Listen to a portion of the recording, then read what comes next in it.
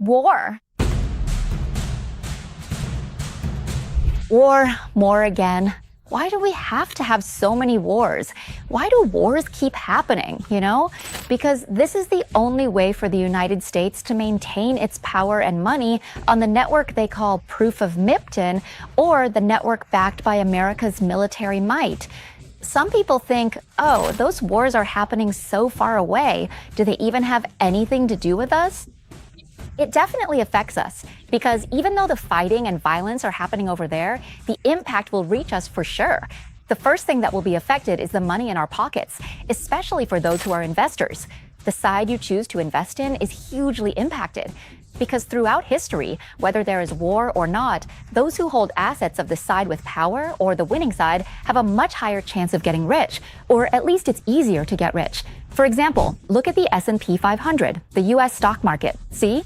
Over the past nearly 100 years, it has delivered excellent returns. How much? 10% per year. Why is that? It's because American companies are extremely high quality, generating great profits and revenue. Amazing, right? That's part of the reason for such good returns. But another part is because the United States is the most powerful country in the world. That's another reason. So in this video, I'll explain how the United States became the world's #1 player.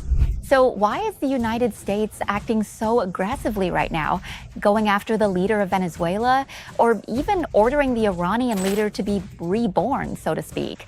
Let me tell you, if we want to really understand and enjoy this game, we first need to know that who are the real players in this game? Who's actually involved? You can support this video with information about the real players in the global game by scanning this QR code. Or if you want to support the Sign Money Motor channel, it's super easy. Just hit like, share, or leave a comment to chat with us. But what I'd love most is if you'd subscribe, so when I upload the next video, we'll get to meet again. Sound good? Thank you.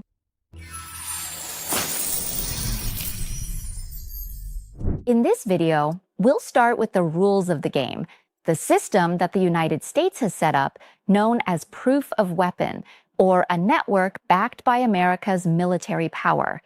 How does it work? It works like this.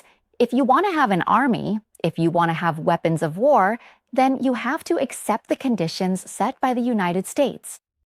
According to data from the Stockholm International Peace Research Institute, the United States sells weapons of war to 103 countries around the world out of a total of 195 countries. This creates a proof of weapon network, or a web of military relationships that looks like this.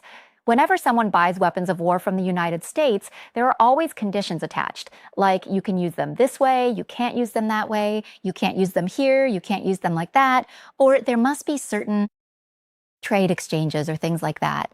This kind of proof of weapon relationship, what you might call a relationship bound by bullets, can actually be categorized. The first type is countries that serve as a direct defensive line against the opposing bloc of the United States. The opposing bloc to America includes China, Russia, Iran, North Korea, and so on. You can see that Japan, for example, is a full-on defensive line. That's the first category. That's why the United States has both military bases and weapons stretching all the way through Japan, from the mainland to the smaller islands, and even down to Singapore. For example, there's the Changi Naval Base. Or take Ukraine. It's also a defensive country because America sells weapons to Ukraine to defend against Russia. Similarly, the US sells weapons to Iraq and the UAE to help them defend against Iran, and so on.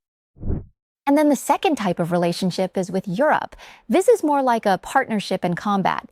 Countries in this zone get to buy more weapons from the United States, or more high-tech ones, because Europe is a member of NATO. It's like a close alliance, a kind of pinky promise that will fight together, train together, and protect each other. But these days, honestly, everyone's kind of preparing to stab each other in the back, to some extent. And then there's the third type of bullet head relationship, which is for protection.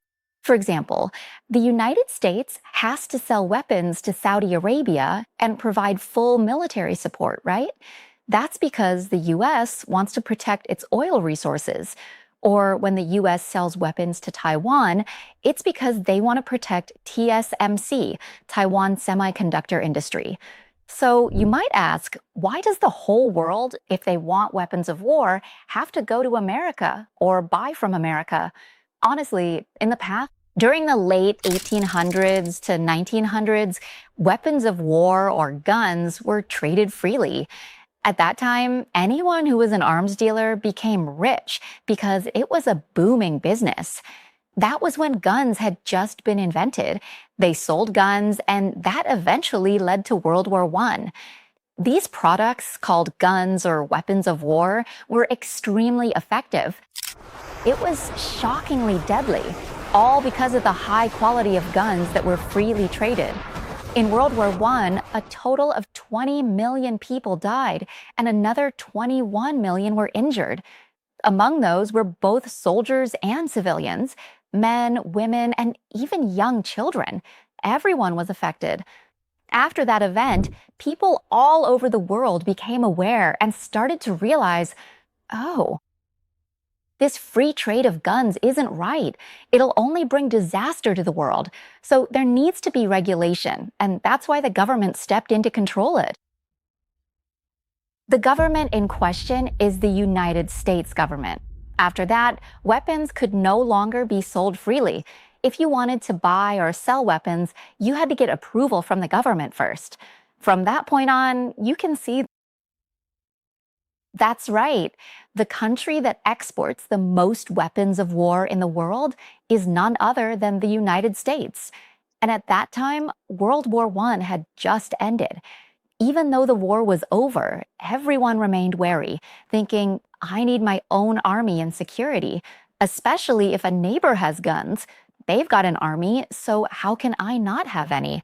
Everyone really wanted to buy weapons of war, which meant they had to. You had to obtain formal authorization and approval from the government. So at that time, even if you had money, simply possessing the necessary financial resources wasn't enough to buy weapons of war. You also had to strictly adhere to the specific terms and conditions set by the US government in order to purchase them. That's why American weapons of war became a powerful symbol of international alliances and loyalty, of power and being a strategic ally to the United States. This created a complex and intricate web of global networks. But the true weapon is certainly not just limited to physical, tangible weapons. There's also money, right? Financial capital is another powerful weapon. America's economic nuclear weapon, you could say. That money is the US dollar. Ever since the end of World War II, this has consistently been the global reality. There was the Bretton Woods Agreement and all that, which said that the US dollar had to be backed by gold. Then the dollar would in turn back other currencies around the world and so on. After that, they removed gold from the dollar, but the dollar still backed other currencies globally. That means every currency in the world, over 100 currencies, are all tied to the US dollar. And the United States, they made their power even more secure by making the petrodollar agreement with Saudi Arabia. This meant that no matter which country in the world you are from, if you wanted oil, if you wanted energy, you had to buy it with US dollars only. With all these methods, it means that the United States succeeded in making the whole world have a much greater and long-lasting demand for the dollar. So now it's like if anyone wants oil, wants to trade energy, or even just wants to do global international trade, they have to use US dollars. It's basically become a standard global rule.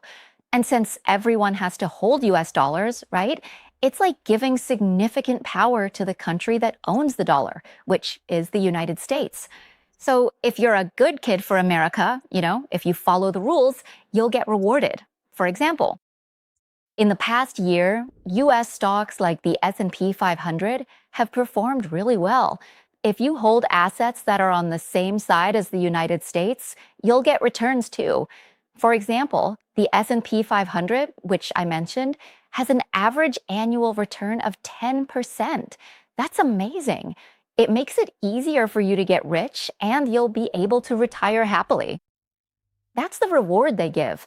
But if you don't follow the rules, if you're stubborn and break the financial rules set by the United States, you'll definitely face consequences.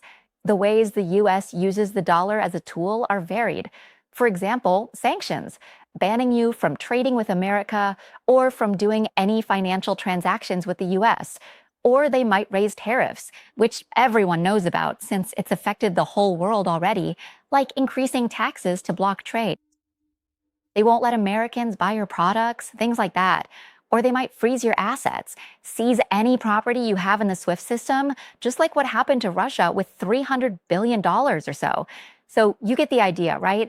Like I said, if you hold assets on the winning side, you have a much better chance of getting rich.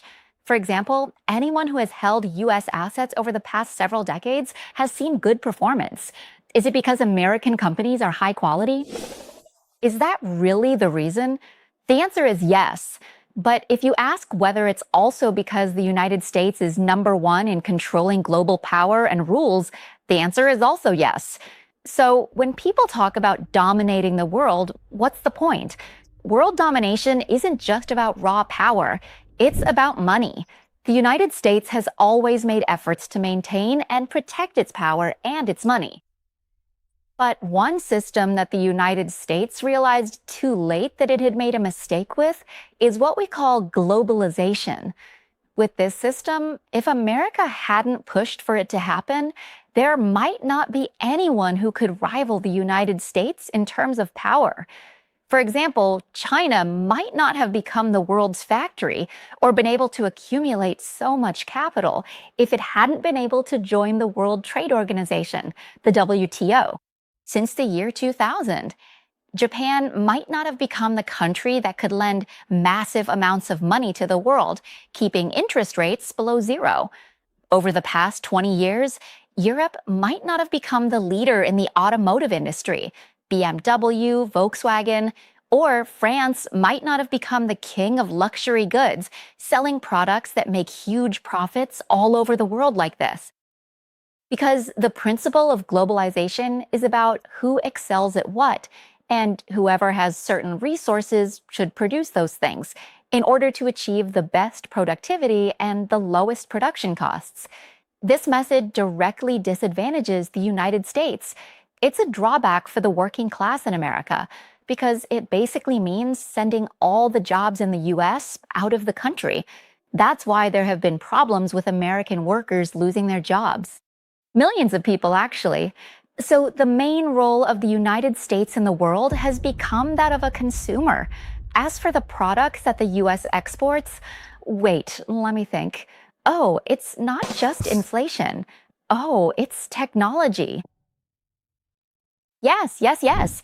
So is this globalization system a good thing? Well, people can answer however they want. Over the past several decades, before it really started booming like it is now, did you like it? This globalization. Just answer honestly. There's no right or wrong. But one thing's for sure, America doesn't like it. Not anymore. Right now, America is trying to bring back everything it lost back into the United States.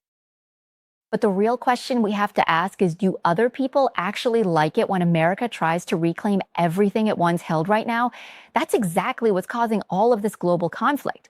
At this point, the United States is left with only a handful of specific strategies to maintain the power, rules, and money they believe should be theirs. And that's not just about the act of engaging in open military warfare. But it's about waging ongoing wars, which nobody really likes. And in recent years, there have been power blocs coming together to oppose the so-called proof of one network of the United States. And it's become very clear. One such group is BRICS, Brazil, Russia, India, China, South Africa, and now it's BRICS Plus, with many more countries joining. And now even European countries that aren't part of BRICs are starting to realize that relying on foreign militaries, like NATO, means they don't have full military power of their own. Part of it is that they depend a lot on the United States. That's a vulnerability. Or, for example, Europe now realizes that depending on foreign energy, like how Germany has relied on cheap energy from Russia for a long time, is also a vulnerability. Because the day the United States says that alliances, when America had to impose sanctions and stop buying Russian oil, Europe was really shaken. especially Germany, which at that time became the sick man of Europe. Even now, it still hasn't recovered. Up to this point, what I want to say is, if we want to really understand the nature of war, we have to be able to identify who the players are in this game.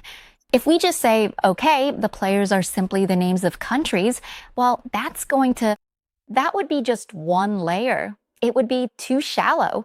Because in reality, the term player could actually be categorized by the type of resources they hold, which gives them power. So yes, you can divide the players by country names, but if you want to make it a bit more complex, we can look at the players in a second layer. For me, I divide the players in this second layer into three groups based on the massive resources they have at their disposal. The first group of players is at the very top of the food chain. They are the ones who manage the most money in the world. These are the three companies, the big three that we all know well: BlackRock, Vanguard, and State Street. According to data from early 2025, these three companies, BlackRock, for example, manage assets, handle assets. That is a massive $11.5 trillion for BlackRock, $10.4 trillion for Vanguard, and $3.6 trillion for State Street. When you add all of that up together, that's a whopping $25.5 trillion in total. Absolutely no one else in the world manages more money than these three companies combined. Oh, and as you can clearly see in this chart, I skipped Fidelity because Fidelity is actually owned by BlackRock. I also skipped UBS because UBS is a different case. Their case is that they're a bank, which is a different category. The reason I'm only talking about these three companies is because they're holding companies. They own shares in other companies around the world, like parent and subsidiary relationships and so on. Basically, all the major brands we use globally, if you trace them back, are almost entirely owned by these three companies. This huge amount of money might not seem that powerful on its own, but the thing is, they also hold a lot of shares. That's what gives them so much power, because the money they manage isn't even their own.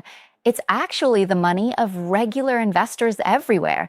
Even we might be part of it, if we've invested in any kind of fund or something like that.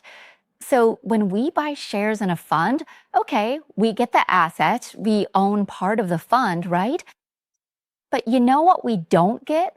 We don't get the power to go in and have a say or vote as a shareholder. But those three companies, they get everything. I mean, think about it, the whole world. Hey, put that image up again, the one showing all the global brands they own.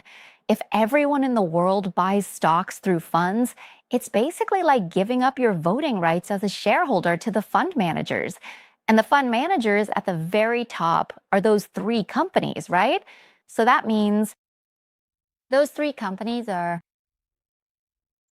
the ones who have the power to vote on the direction of the world's biggest companies, steering them wherever they want.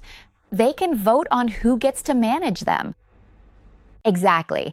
And that's why these three companies are positioned at the absolute peak of the human food chain.